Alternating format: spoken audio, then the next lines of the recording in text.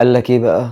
ان الاهلي بيكسب بالحكام، والاهلي نادي الدولة، والنادي الاهلي بيتجامل، والنادي الاهلي بيكسب عشان احتياجات سياسية للبلد. طيب، خلينا نقول ان شهد شاهد من اهلها. كل الكلام اللي هيتقال في الفيديو ده مش انا اللي قايله، مش كلامي خالص ولا رأيي، ده كلام ناس لعبت لنادي الزمالك. معرفش انتوا شفتوا الفيديو بتاع كابتن حمادة عبد اللطيف ولا لأ، بس الفيديو هيكون موجود معانا. يعني انا هخلص كلامي وبعد كده هنشغل الفيديو، او ممكن نبقى بنشغل الفيديو مثلا جزء وانا اتكلم جزء وهكذا. كل الناس اللي لعبت اهلي وزمالك بما فيهم رضا عبد العال بيتكلموا عن حاجة واحدة بس، ايه هي؟ ان نادي الزمالك والادارة بتاعته والمسؤولين فيه دايما الشماعة بتاعتهم هي ان النادي الاهلي بيتجامل. هو ما بيركزش في نفسه، ما بيبصش في ورقته، ما بيبصش هو ايه المشاكل اللي عنده عشان يحلها. لا، هو دايما شايف ان هو مظلوم عشان النادي الاهلي موجود. طب لو النادي الاهلي مش موجود انت هيبقى حالك عامل ازاي؟ لا، هو دي ما بيفكرش فيها. هو بيفكر بس انا مظلوم عشان الاهلي موجود. طب البطولات اللي الاهلي بيسيبها خالص انت بتكسبها؟ لا. فخلينا يعني الخص لكم كده، عشان في تصريحات كتير الفتره اللي فاتت على الموضوع ده. هاني العجيزي مثلا كان بيتكلم، كان طالع في بودكاست وبيتكلم بيقول انه لعب اهلي ولعب زمالك. الزمالك بالنسبه لهم البطوله هي ماتش الاهلي، يعني هو بيفضل يحضر ومستني ماتش الاهلي ده بالنسبه له البطوله. كسب الماتش ده بيعرف يكمل بعد كده، ما كسبش الماتش فهو خسر البطوله، وبعد كده بقى مش مهم اي حاجه، مش مهم الموسم ومش مهم المستوى، مش مهم الدوري، مش مهم اي حاجه. ده مثلا كان كلام هاني العجيزي. اكمالا لكلام هاني العجيزي، وبيقول ان في النادي الاهلي العكس. النادي الاهلي هو بالنسبه لهم ماتش الاهلي والزمالك هو ماتش مهم، لكن مش مؤثر على البطولات وعلى ماذا سيحدث بعد ذلك. يعني كسبت تمام الحمد لله، دفعه قويه ان انا اكمل الموسم. خسرت يبقى انا عندي مشاكل المفروض احلها وابدا اشتغل عليها عشان اخد بقى بطولة الدوري، اخد الكاس، اخد دوري ابطال افريقيا، اشوف انا ورايا ايه تاني. الماتش ده مش نهاية العالم. معتز اينو كان تقريبا بيقول نفس الموضوع، بما انه برضو يعني ايه لعب اهلي وزمالك. لكن خلينا في كلام كابتن حماد عبد اللطيف، وان في النادي الزمالك بيتورث موضوع مجاملة الاهلي للحكام من جيل لجيل. كابتن حماد عبد اللطيف اللي يعني ما يعرفوش، واحد من نجوم مصر ونجوم نادي الزمالك في فترة السبعينات وفترة الثمانينات. فالراجل بيقول ان هو من هو عنده 15 سنة ولا 14 سنة من اول ما دخل نادي الزمالك، ونادي الزمالك بيقولوا في كل ما يبقى في ماتش اهلي وزمالك يقولوا لهم ايه؟ خد بالك عشان الحكام هتجامل الاهلي. فالراجل بيقول بروح بلاقي نفسنا كسبنا الاهلي في استاد مختار التتش عادي جدا ومفيش اي مشكلة، وبعد كده نروح تاني او ماتش تاني الاهلي يجي يلعبنا على ملعبنا والنادي الاهلي يكسبنا ومفيش ظلم ولا في اي حاجة، احنا كان مستوانا وحش والاهلي كسبنا. وكمان بيقول ان هو راح اتكلم مع حلمي زمورة وقال له يعني احنا كنا وحشين والاهلي كسب، والمدرب بيقول ان الحكام والحكم ظلمنا، فانت ايه رايك في الموضوع؟ فكابتن حلمي رد عليه قال له انا خصمت من المدرب عشان الكلام اللي بيتقال ده، لان احنا كنا وحشين وما كانش فيه مجاملات تحكيميه ولا حاجه. وبرضو الراجل يعني بيقول احنا النادي الاهلي ده معاه 45 دوري، معاه 39 كاس، معاه 12 دوري ابطال افريقيا، معاه 14 او 15 سوبر مصري. البطولات دي كلها بيتجامل فيها امتى وازاي؟ ما هو لو بيتجامل في مصر مش هيتجامل في افريقيا، لو بيتجامل في افريقيا مش هيتجامل في كاس العالم للانديه، ولو اتجامل مش هيتجامل 45 مره.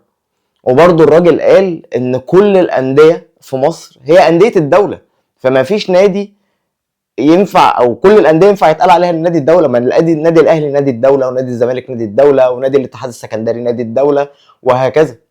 كل الانديه دي انديه شعبيه وانديه الدوله، هي ملك للدوله المصريه. فانت على اي اساس جاي بتقول ان النادي ده تحديدا هو اللي نادي الدوله؟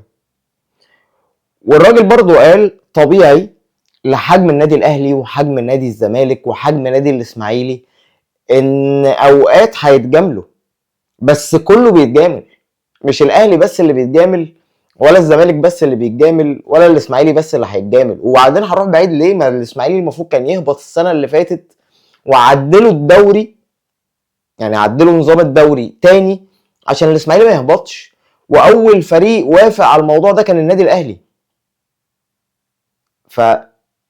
فنعقل كده ونصحى ونركز في الكلام اللي بيتقال، يعني نركز في الكلام اللي بيتقال بحيث ان يبقى الكلام منطقي وطبيعي.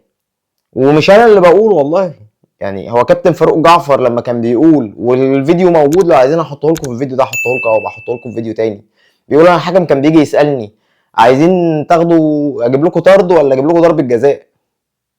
حتى فاروق جعفر ضحك وقال انا وقتها كنت بختار الطرد لان ضربه الجزاء مش شرط تخش، لكن الطرد هيسهل لنا بقيه الماتش. ده كلام كابتن فاروق جعفر، اسطوره من اساطير نادي الزمالك وابن من ابناء نادي الزمالك. والنهارده الفيديو اللي معانا بتاع كابتن حماده عبد اللطيف، اسطوره من اساطير نادي الزمالك ومن ابناء نادي الزمالك، وعمره ما لعب لاهلي ولا ليه مصلحه مع الاهلي، وبيطلع كمان في قناه الزمالك. الراجل برضو بيقول في كلامه الماتش اللي احنا لعبناه مع الاهلي ده، هل احنا اتظلمنا فيه ولا احنا كنا وحشين والاهلي كويس والاهلي كسب؟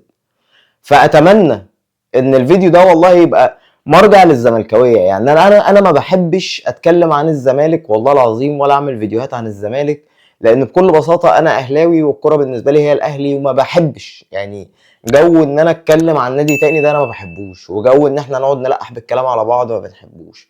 بس حاجه زي دي والله مهمه، بس عشان الاجيال حتى الصغيره اللي طالعه الزملكاويه يبقى عارف ان لا يا ابني مش كده، شجع فريقك وشوف ايه المشاكل اللي عنده وحاول تحلها عشان تنافس.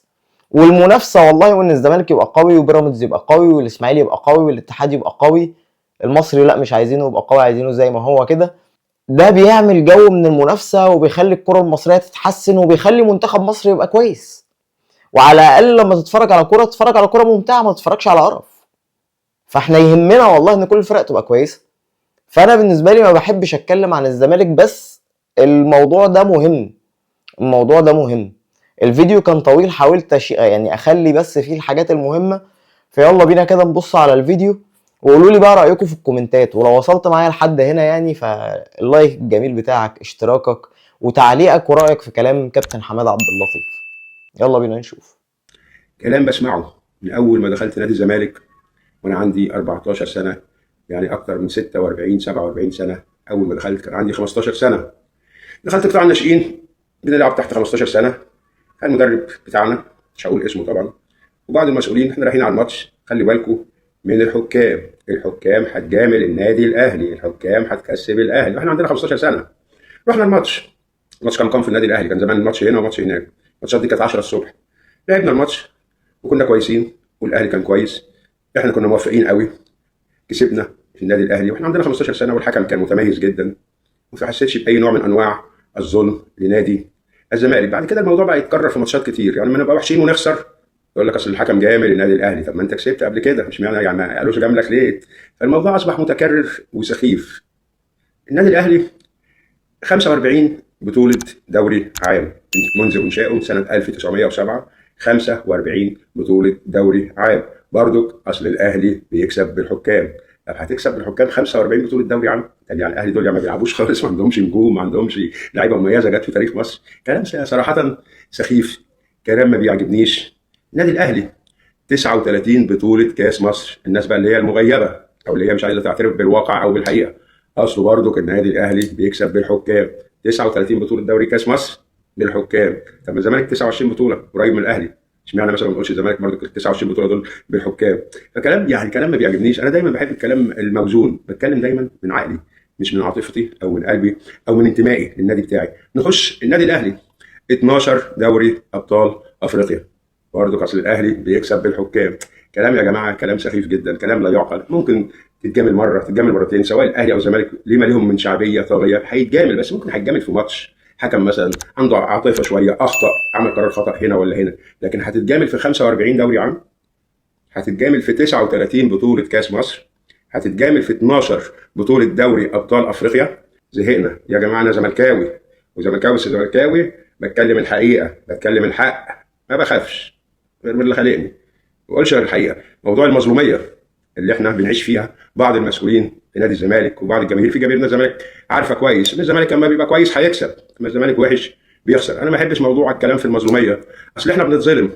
بتتظلم ليه؟ ما انت لما بتكون كويس بتكسب، ما انت بتاخد دوري بتكون كويس بتكسبه، كنت بتاخد افريقيا من الثمانينات لغايه 2002 2003، خدت 5 بطولات. حد ظلمك؟ حد ضايقك؟ الناس اللي بتقول الكلام ده تبحث زي ما انا بحثت زمان كده في الموضوع ده من وانا عندي 15 سنه والله العظيم، ودخلت نادي الزمالك لقيت الكلام متكرر متكرر. ايه الكلام ده؟ رحت للاسطوره بتاعت نادي الزمالك، كنا في ماتش خسرناه في الناشئين تحت 17 سنه واحنا كنا وحشين جدا، واللعيبه بعد الماتش الحكم والمدرب اللي معانا الحكم ومش عارف ايه وبتاع. رحت للكابتن حسن حلمي زموره الرمز الاسطوره الذي لن يتكرر في تاريخ كره القدم المصريه، وكان بيحبني جدا. قلت له يا كابتن حلمي حصل كذا وكذا وكذا. قال لي انا كنت حاضر الماتش، لان الماتش ده كان في النادي عندنا، وانا خصمت من المدرب على اساس هو قال ان اللعيبه اتظلمت. انت بتديهم سبب ليه؟ ان اللعيبه كانت وحشه. قال لي انا خصمت من المدرب فلوس، ولو اتكرر الموضوع ده تاني همشيه. دي الناس اللي بتفهم، الله يرحمه الرمز محمد حسن حلمي الاسطوره. فيا جماعه النادي الاهلي هو رقم واحد محليا عربيا افريقيا. ساعات بيقع عادي، اي فرقه في الدنيا بتقع. الاهلي لو بيكسب بالحكام معلش بس السنه دي تعالى واحده واحده كده معايا للاخر. السنه دي زي النادي الاهلي اول تعادل ليه مع مودرن سبورت، هو الحكم ما كسبش النادي الاهلي ليه؟ حد يقول لي؟ ولا دي وحشه؟ جه بعد كده النادي الاهلي خسر من بيراميدز، الله فين الحكام؟ طب المفروض بقى الاهلي ما يخسرش من بيراميدز، لازم يكسبوا النادي الاهلي، مش كده ولا ايه؟ جه بعد كده تعادل مع المحله، برضه كاس الاهلي بيكسب بالحكام. طب ما متعادل مع المحله في المحله الحكام ما كسبوش ليه؟ جه بعد كده تعادل مع انبي، نفس الكلام نفس الاقوال المتكرره، اصل الاهلي نادي الدوله، اصل الاهلي بيكسب بالحكام. يا جماعه كل انديه مصر تابعه للدوله المصريه، خلينا نتكلم بصراحه. طب الاهلي ماتشنا معاهم اللي فات، هو الحكم جامل النادي الاهلي؟ عمل حاجه النادي الاهلي؟ عمل حاجه ضد نادي الزمالك؟ الاهلي كان كويس كسب، زي ما الزمالك بيكون كويس بيكسب. لكن انت عايز تلغي تاريخ بطولات ونجوم كبيره جدا ورؤساء انديه ومجالس ادارات من 1907 لغايه وقتنا هذا 2025 بكلمه عشان انت بليد ان الاهلي بيكسب بالحكام، عشان انت مش عارف تكسب، اصل الاهلي بيكسب بالحكام، عشان انت مش عارف تاخد بطولات، اصل الاهلي بيكسب بالحكام. الكلام ده مهم جدا يا جماعه.